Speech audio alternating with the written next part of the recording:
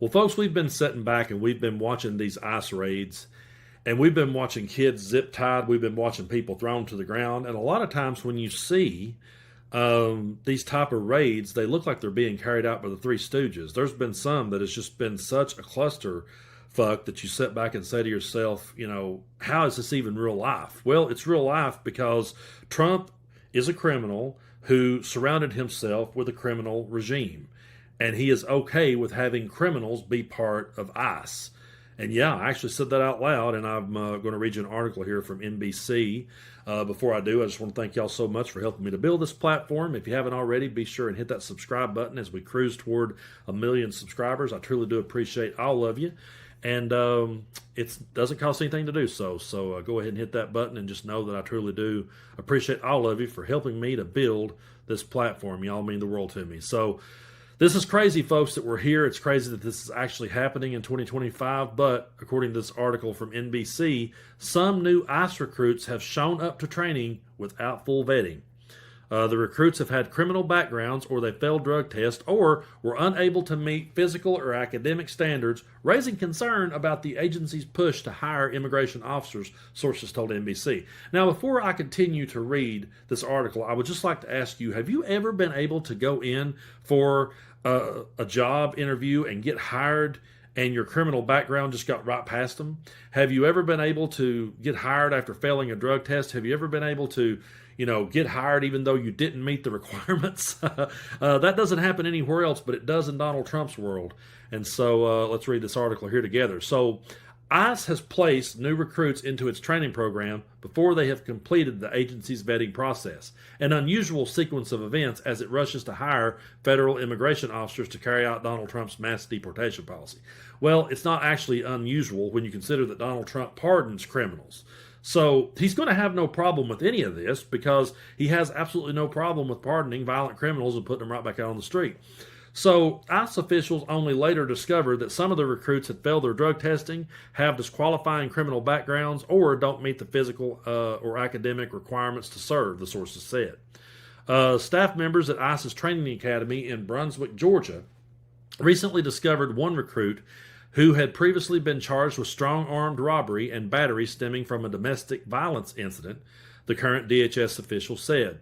They also found as recently as this month that some recruits are going through the 6 weeks training course, hadn't submitted fingerprints for a background check as ICE's hiring process requires, the current and former DHS official said. And again, I just can't imagine any of us in any other world getting through these hoops and getting a position when you don't even meet the requirements or don't even submit your fingerprints. It's absolutely insane. But per ICE policy, applicants are required to pass drug tests and undergo security vetting through ICE's Human Resources Office before they show up for the training course. Now, the former official said the process was more strictly adhered to before a hiring surge than began this summer. The process was meant to weed out disqualified candidates before they were sent to training.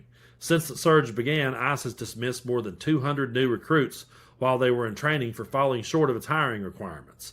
The majority of them failed to meet ICE's physical or academic standards, according to the data.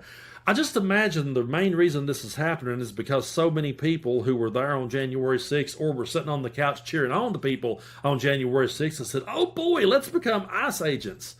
I really feel like that's a lot of what this is. And when these criminals see Donald Trump pardoning other criminals, they know, hey, we can get a job working for ICE, and Trump's not going to say anything about it. The officials said there's a growing concern that in the Trump administration's race to expand the number of ICE agents to 10,000 by the end of the year, the agency could miss red flags in the backgrounds of some of the new recruits and inadvertently hire them. There's absolute concern that some people are slipping through the cracks, said a current DHS official.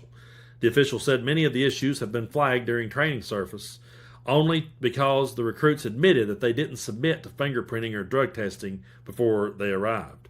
But what about the ones that don't admit it, the official said, and how many do you think would actually admit that out loud? Department of Homeland Security told NBC News in a statement that most of the new recruits are former law enforcement officers and former ICE officers who go through a different process. So Tricia McLaughlin, who's a spokesperson for DHS, said, "The figures you reference are not accurate and reflect a subset of candidates in an initial basic academy classes. The vast majority of new officers brought on during hiring surge are experienced law enforcement officers who have already successfully completed a law enforcement academy. The population is expected to account for greater than 85% of new hires. Prior service hires follow streamlined validation, but remain subject to medical, fitness, and background requirements." Now, the Atlantic reported this week on the struggle of some ICE recruits have had with meeting the agency's physical fitness requirements. The broader scope of issues and specific data haven't been previously reported. ICE has been under pressure from the White House to increase hiring with the funding Congress designated in a sweeping tax and spending bill that Trump signed into law on July 4th. It has frequently lagged behind the White House's goal to arrest 3,000 per day, which is attributed to the lack of staffing. So, as part of the effort, ICE shortened the training of the federal law enforcement training in Georgia from 13 weeks to 8. Recruits are now supposed to attest that they can pass ICE's physical fitness test, which includes sit-ups, pull-ups, and running a half a mile or a mile and a half in under 14 minutes and 25 seconds. Darius Reeves, who recently left his position as an ICE field officer in Baltimore, said he believes the agency's August 6th decision to waive age limits so older people can join has led to more recruits failing the physical test. "The new recruits are dropping like flies," Reeves said, "and rightly so. It makes sense. We're going to drop the age requirements. Of course, this is going to happen." Folks, this is absolute insanity that we're here. And when you stop and think about the fact that just anybody now can run out and sign up for this, and think about the people who are all excited to go out and sign up for this, that's the part that goes through my mind. I picture the people there on January 6th who went on to get pardons going, "Oh boy, I can become an ICE agent." I picture all the people who were sitting on the couch cheering them on January 6th going, "Oh boy, we can now all become ICE agents." And these people, to me, are the worst of the worst. And I really don't think that Donald Trump would care if anyone didn't pass a background check when he has pardoned violent people who went right back out and did it again.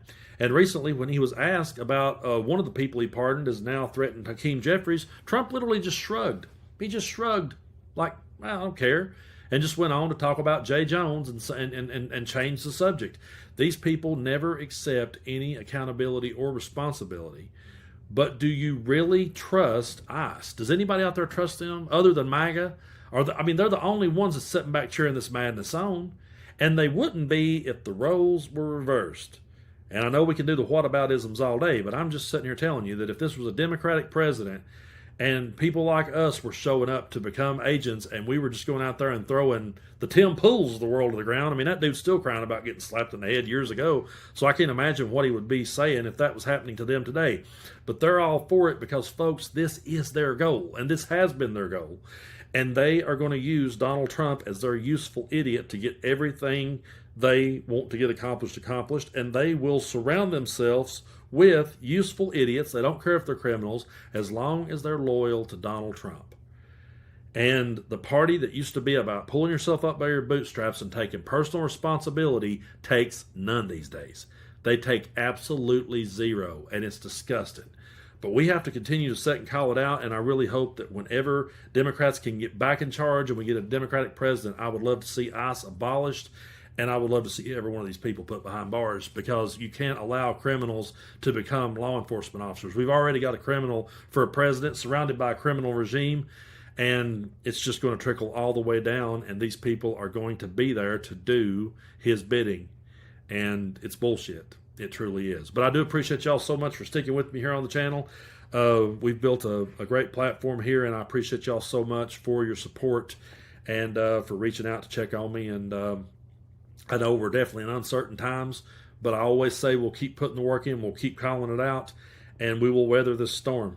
And when we do, and we come out on the other side of it, we're going to have to sit back and really learn from it. And I really do believe that either way you slice it, 50 to 100 years from now, they're going to look back and study this time period. And I always say, which side are you on? And I know that this platform was not on the side of criminals running the government.